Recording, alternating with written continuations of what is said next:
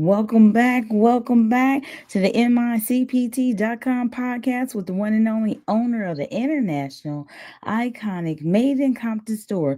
Bone, how are you today? I'm good, and yourself? Good. Looking forward to learning more about the Made in Compton store, especially since there are so many people that come to the store that share so much new information because they had so much wonderful experiences in the past. So let's just start with how about for some people that are new that's been sharing that they would like to come on the podcast. Maybe they did hear, like, I like to go into the background and just be your board operator here, and then you can have the dialogue with your um, customers and previous visitors to the store that were comrades or are comrades and everything, alumni of Compton High School. So it's pretty neat because it's just, sometimes you just have to touch bases with people beforehand and everything like that. But it's really encouraging to know that there are so many people out there that just looking to warm back up to things and like just so happy that you're doing so many great things like introducing the fire, like they say, is like you were sharing yesterday, the chinchilla robe. So let's start with the vision. What was the vision behind the Made in Compton store anyway? Well, when I was a kid, it was a store called Federal Pants, and they used to put the custom stuff on your jackets and your hoodies. They put your neighborhood, they put your name. So I kind of wanted to recreate that. That's why we, always had the custom stuff popping too with the designs that we already had in house. But I just wanted it to be a place like when we was young. Federal Pants was a place where you saved your money and you went in there and you got real spiffy, for certain days. So I want to recreate that, because it was like a nostalgic good feeling when when I thought about how me and my friends used to go up there and get our little jackets done up and get the belt buckles, with the different initials on it. So it was like, I wanted to kind of, bring that back because they had went out of business. And it was like, it was heartfelt when they went out of business because we didn't have a place to go get our custom stuff done no more. Mm-hmm. I see. So that kind of speaks to some of what's going on in the community too. Of course, people miss you doing those personable additions to the clothing that you uh, provide. So, what is the your take on that? I've been trying to figure out if it was going to be like, one day out of the week where I come in there and, still knock out the custom stuff. That way we can kind of keep that going too. Cause, I know people really like that and they miss that. And I kind of miss being up there working on stuff like that. Mm-hmm. Absolutely. And that speaks to connecting with the community. You always share about the community and staying in tune with them, and how this platform is to definitely engage more locals. Is, of course, people that moved out of the state. And then, of course, you have actually regular customers internationally too. So, what would you like to say about speaking about connecting with the community? Well, that's why we got the podcast, to keep the lines open. That way we can still have conversation and dialogue about, things people like to see brought to the Made in Compton store. And, just different ways we can improve the service and, improve the, not the quality, but, just different ideas for new designs and stuff like that. So, yeah, I would love to open the lines, the airways up for that. We could open that conversation up. Absolutely.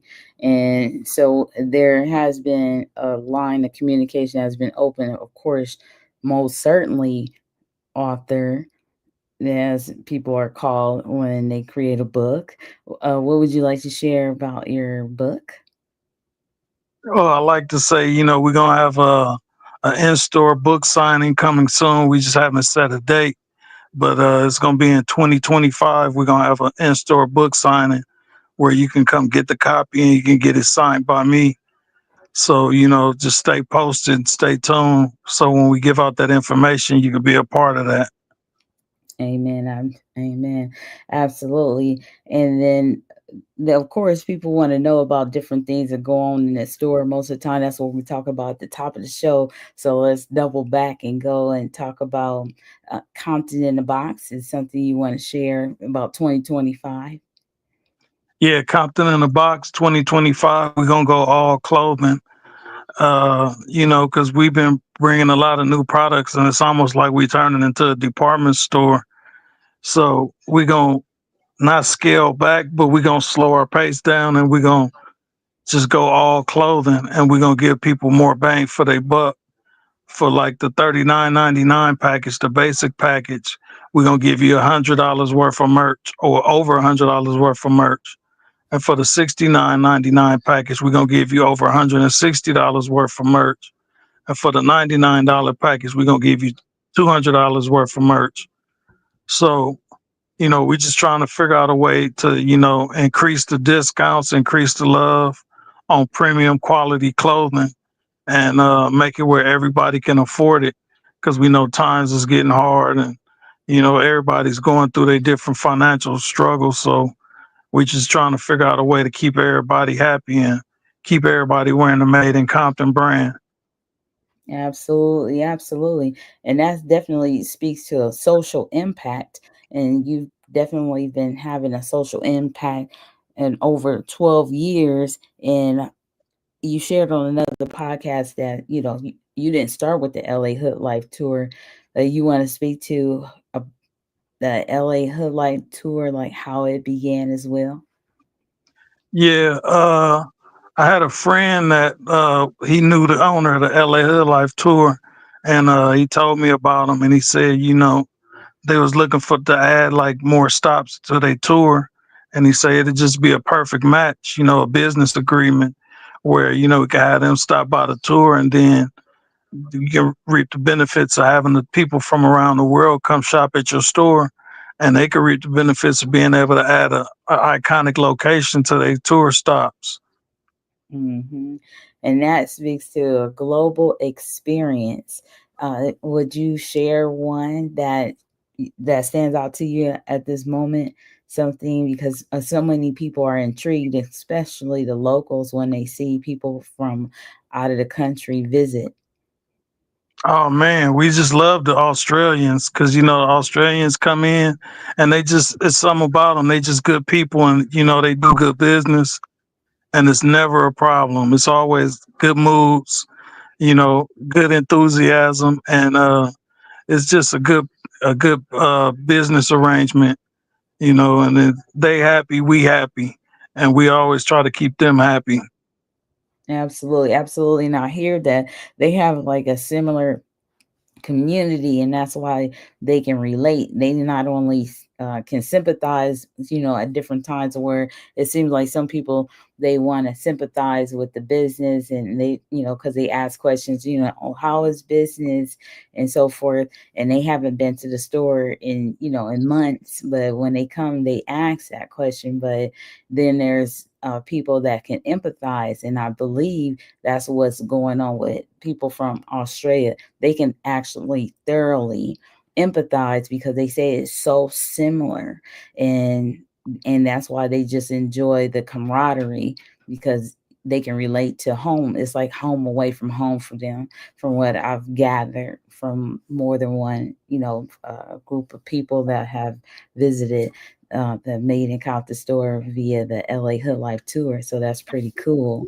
And with that in mind, uh, what people want to say, okay, well, we hear about the good things, and you could allude to, not so good things. And yeah, some people that are local and they mean listen to the podcast, they say, well, yeah, we hardly ever see anybody, at the store, so we're not really sure if it's open or not. But yet the shed is open, so the store is open and everything. But it's a disconnect sometimes. So if you could speak to maybe the challenges and triumphs of being in business. Yeah. Well, a lot of the locals, they know about the store, but it's just, it's kind of like getting them into the store is a whole different thing. We trying to figure out how to be more welcoming to the locals because a lot of the locals think about the bigger stores and they forget about us sometimes. So Hmm. we just trying to figure out how to roll out more things so everybody will feel welcome and everybody will come in and shop. So is that part of like expanding the store's legacy in a fashion like how you've done so far? Like, incorporating you and Mr. Big Dutch, the fancy design of the Compton drip, and now introducing the robe and doing like a survey to see if they're interested in the robes, which they are. And now they're already requesting different colors and so forth. Is that part of expanding the store's legacy? Yeah, just trying to diversify the different styles of clothing because you got a lot of people in Compton that say, they don't wear sweatsuits or they don't wear Hmm. t-shirts that much. They wear button-ups. So, Hmm. you got different types of people in Compton. You got professionals and then you got people that like comfort clothing. So we trying to bridge the gap. So, can please everybody. It's almost like we got to become a department store, to please everybody. We just got to keep rolling out products till we hit our sweet spot because, Absolutely. you got different types of people in Compton. You got people from Compton that you wouldn't even believe from Compton because, just they intellectual status and then, the way they carry themselves. And then you got people that try to distance themselves from streetwear and the comfort wear. So it's a challenge. It's just all about diversifying the clothes and keep hitting, breaking different boundaries down. Like when we came with the golf balls, we was gonna come with golf attire to match, but we didn't want to jump too fast, and then we'd be sitting on a lot of merchandise that's not selling, and that's always a challenge. Figuring out which way to go. That's gonna be successful for the business and opening new doors for the consumers. Absolutely, absolutely. And lastly, for this podcast, we'll be back next week at 9 o'clock on Saturday, Pacific Standard Time. If you want to connect before then with Made in Compton Store, you can actually DM us on the Instagrams, or you can call the phone number that is actually on the website, micpt.com, that actually, or text the phone number that's on the website. So, micpt.com, we can have you all go there, and it's always neat to fill those orders that come in online and know that we definitely do shipping. And there has been a question lately about what is the role of Teddy G as we conclude this podcast. Oh, Like, why Teddy did you G. come? Yes. Oh, Teddy G is like, he's our mascot. He's like our Chuck E. Cheese. He's like our Ronald McDonald. It's just something for people to connect with and to associate with the store. You know, uh, a nice, gentle, strong character that's from Compton, kind of like people from Compton. You see the exterior and it's like you don't know what's going on in the inside. But Teddy G, he's a G, but he's also comforting and he's also friendly. So it's just like the people of Compton. You just got to get to know them to really figure out what's going on with them, what's making them tick, and how they function. Absolutely.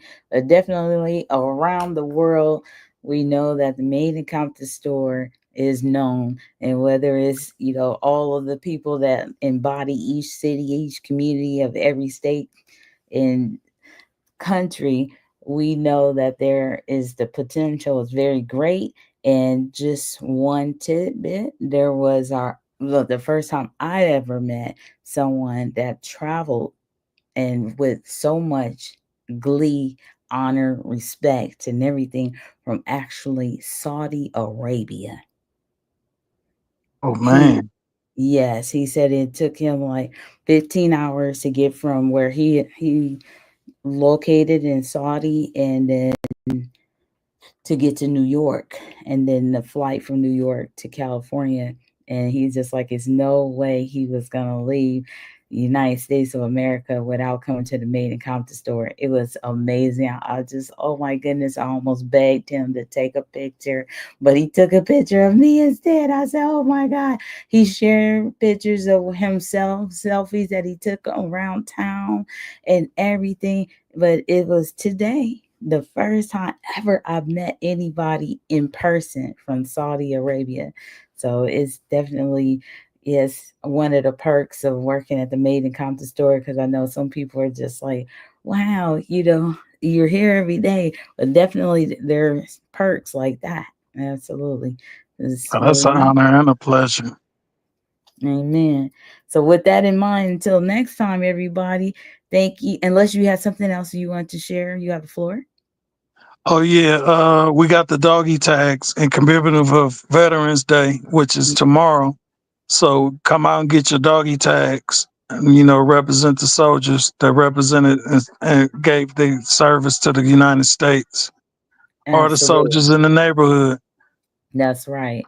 Absolutely. And salute to the young people that came today, the youth that's on their way, that's having their education paid for, getting their benefits lined up, and their so many different great things that are benefits from being part of the military that came today. So the word spreads fast. There was a couple that came and the part of the military, and before we close, there was another person, and then it sounds like they have to travel back and maybe participate in an event where maybe their squadrons and so forth are located on Veterans Day, but they made sure that they came to the main counter store. So hopefully, yes, indeed, we'll see and meet more people, veterans to salute tomorrow. Absolutely.